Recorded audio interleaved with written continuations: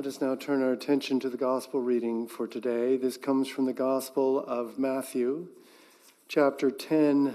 It's a short reading, 40 through 42. Jesus is in a place of teaching, and he says this: "Whoever welcomes you welcomes me, and whoever welcomes me welcomes the one who sent me. Whoever welcomes a prophet in the name of a prophet will receive a prophet's reward, and whoever welcomes a righteous person in the name of a righteous person will receive the reward of the righteous. Whoever gives even a cup of cold water to one of these little children in the name of a disciple, truly I tell you, none of these will lose their reward." May God add the blessing to reading and our hearing this day. So over the last week, I've been very interested in watching how world leaders were greeting and welcoming one another at meetings like negotiating peace deals, things like that. It was fascinating to watch the handshakes and the hugs, the kisses, sometimes the cold shoulders, the pomp and circumstance, all of which were involved in welcoming other leaders to very important meetings. And some of it seemed scripted, some of it seemed authentic, some seemed like it was setting the scene for what would happen when things got serious, when they finally started talking. And all of it was fascinating to see the interactions and the messages they sent. Closer to home, closer to today, I also hope that those of you who are new in visiting this congregation for this joyous day received a warm welcome, because we are incredibly glad that you are here. Your participation in this day of joy and blessing. Doesn't how you are welcomed affect your time in a place? Doesn't how you're welcomed inform you greatly about the group or the event that you are attending? Today, I'm going to reflect a little bit on how I am clear that welcoming others really is a spiritual practice. Now, some of you know that I spent some time in a monastery in France where the monks actively welcomed people from around the world. Different belief groups, different cultures, different languages, all gathered in this really small village in France, where the monks seemed really adamant about the welcome of people. And for those of us who stayed a longer time, for a while it got kind of annoying. I mean, the brothers were, "How was the welcome today? Did people feel welcomed? How did it go? How did they respond? What did you notice in them? Did you welcome this group? Did you welcome this group? Was it warm enough?" We're like, for crying out loud. My goodness, there's a little obsession here, isn't there? Well, after a while, I started to figure it out a little bit. Because people were coming from a variety of different standpoints. Some people were nervous about coming to a monastery for the first time. And they needed somebody to warmly welcome them, to let them know that they were safe. Some people were just coming to pick up on other young people. And they needed a welcome to say, "This is what you're here for, and we welcome you just as you are." People came with a lot of different reasons. Some people came on a deep search for God, and that welcome let them know that that's what they could be there for, just as they were. Today, we welcome Owen in blessing, in wonder, in joy. And doesn't that welcome unite us? Doesn't it bring us together? No one asked what your religious beliefs were.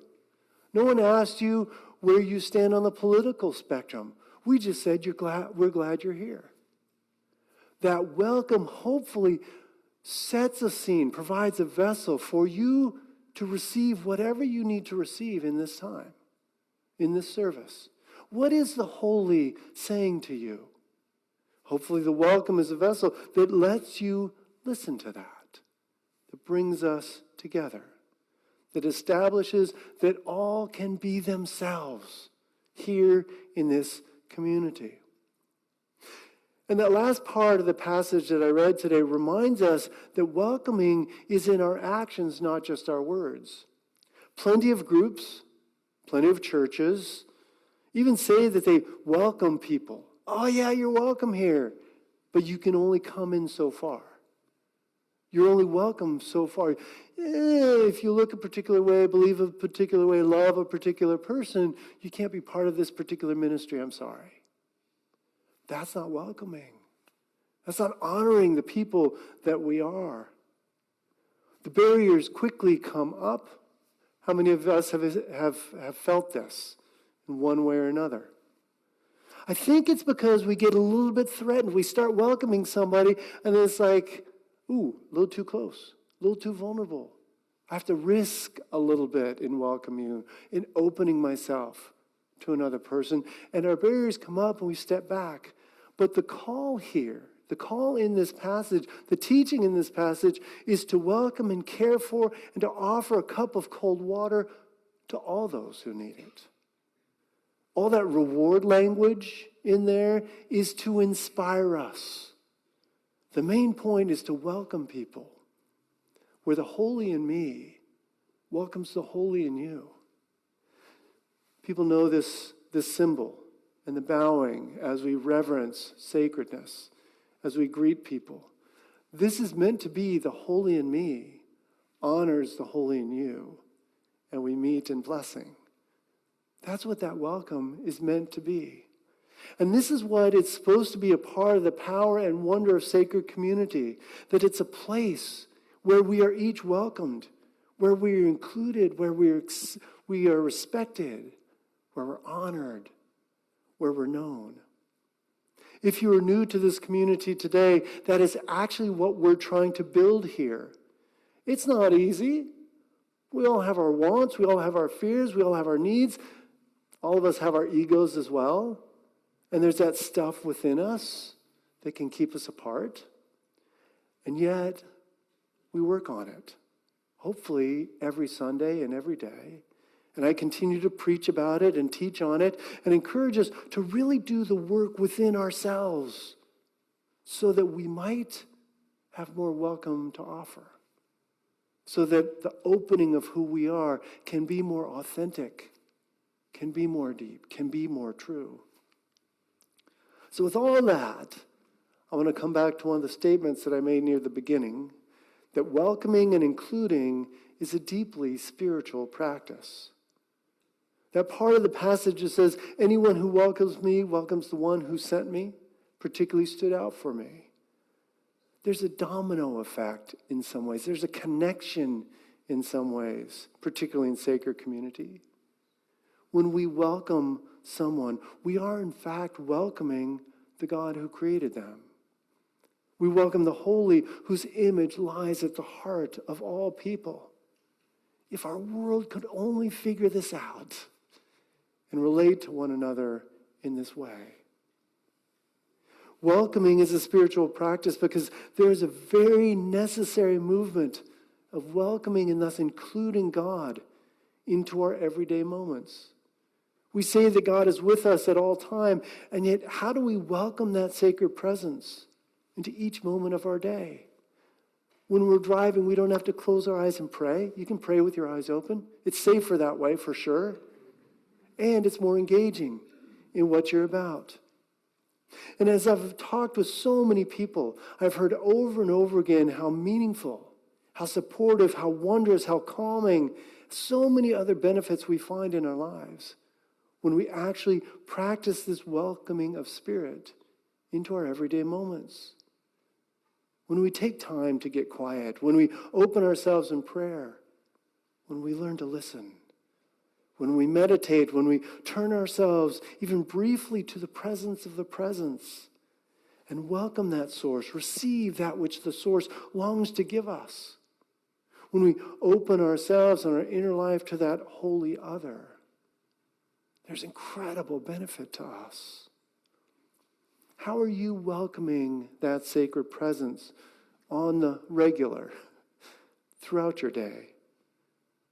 Part of the goal of the spiritual life is that holy communion with God, that holy sharing of your life with the holy in all of our moments, which is a constant welcome, a constant inclusion.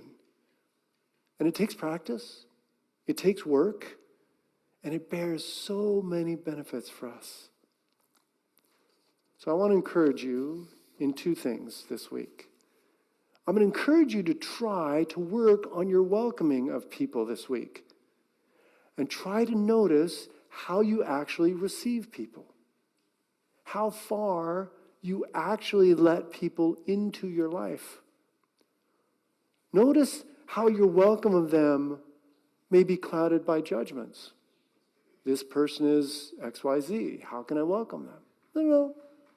How can you just welcome them? Try noticing how much of the other person you do welcome. How deep do you let them in? How are you, in the heart of it all, welcoming the holy that lies at the heart of who they are? Are you willing to see past the way that the world sees and welcome the person created in the divine image that is standing before you or is on the phone with you? It can be a powerful, powerful exercise. So let me close by saying that you are welcome here. When we take communion on the first Sunday of the month, you are welcome to come and participate. When you consider leadership, we consider everyone. If you want to participate in the ministry, you are most welcome. When you arrive here, we try to welcome and really see and honor you for who you are and who God is longing for you to be. So now let us go into this world to be bearers of sacred welcome, to practice this holy welcoming of the other, to notice our Creator at the heart of all life, and to share that communion with that Creator today and all our days. Amen? Amen.